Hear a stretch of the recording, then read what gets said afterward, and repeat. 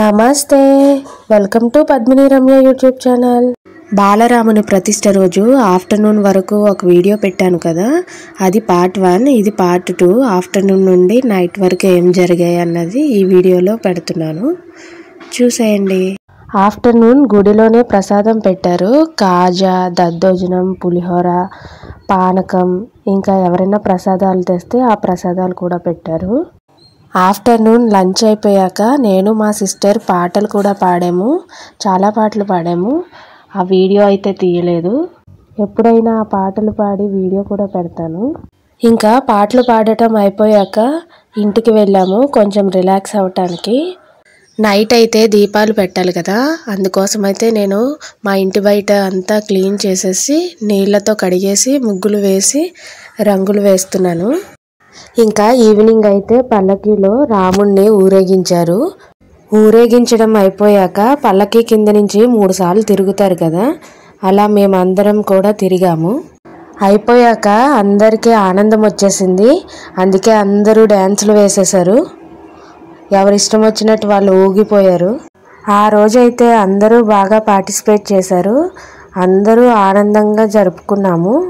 ఇక్కడంతా అయిపోయాక మళ్ళీ ఇంటికి వెళ్ళాము, దీపాలు పెట్టుకోవాలి కదా ఈవినింగ్. నేనైతే ముగ్గులన్నీ వేసేసి కొన్ని కలర్స్ కూడా వేసేసి వచ్చాను. తర్వాత మా సిస్టరే వేసింది మిగిలిన వాటికి కలర్స్ అవన్నీ. మా ఇంటి బయట సైడ్ అరుగుల మీద ఎప్పుడూ ఇటువంటి డిజైన్స్ పెట్టలేదు, ఇదే ఫస్ట్ టైం పెట్టడం. కలర్స్ కూడా వేసాము అరుగుల మీద. నేను బయట వేసిన ముగ్గులు ఎలా ఉన్నాయో కామెంట్ చేయండి. ఇంకా ఈవినింగ్ అయితే ఇంట్లో దీపాలు వెలిగించేశారు అమ్మ నాన్నగారు. అలాగే తులసమ్మ దగ్గర, ఇంటి బయట అరుగుల మీద కూడా దీపాలు పెట్టుకొని అలంకరించుకున్నాము. ఇంకా ముగ్గులో కూడా పెట్టుకున్నాము దీపాలు.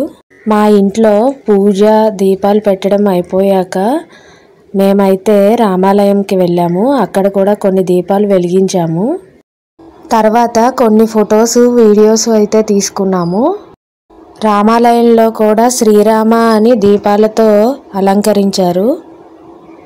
ఇంకా గుడి చుట్టూ కూడా దీపాలు పెట్టారు. గుడిలో కూడా మళ్ళీ అందరం కలిపి డ్యాన్సులు వేసాము దీపాలు వెలిగించడం అయిపోయాక. తర్వాత అందరం క్రాకర్స్ కూడా కాల్చాము. డ్యాన్స్ వేసిన వీడియోలు, క్రాకర్స్ కాల్చిన వీడియోలు నా దగ్గర లేవు, అందుకే పెట్టలేకపోయాను.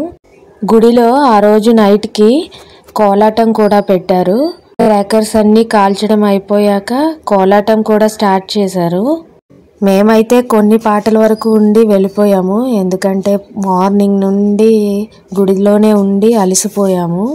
ఆ కోలాటం వేశాకనే మేమందరం కోలాటం నేర్చుకుందామని డిసైడ్ అయ్యాము. వాళ్ళే మాకు నేర్పించడానికి కూడా వస్తున్నారు. ఇప్పటికొచ్చి 1 మంత్ అయింది మేము నేర్చుకొని. అయినా మా ఊర్లో ఇప్పటికొచ్చి కోలాటం కానీ భజన కానీ ఇప్పటి వరకు చేయలేదు, ఇదే ఫస్ట్ టైము మేమైతే కోలాటం నేర్చుకుంటున్నాము. బాలరాముని ప్రతిష్ట రోజైతే మాకు మార్నింగ్ నుండి నైట్ వరకు ఏవో ఒక ఈవెంట్స్ జరుగుతూనే ఉన్నాయి. నైట్ కోలాటంతో అయితే ఎండ్ అయ్యింది. బాలరాముని ప్రతిష్ట జరిగి 2 నెలలు కావస్తుంది కదా, ఎవరైనా అయోధ్య వెళ్ళారా ఈ వీడియోస్ చూసే వాళ్ళల్లో కామెంట్ చేయండి. ఆ రోజైతే మేము చాలా బాగా జరుపుకున్నాము మొత్తం రోజంతాని.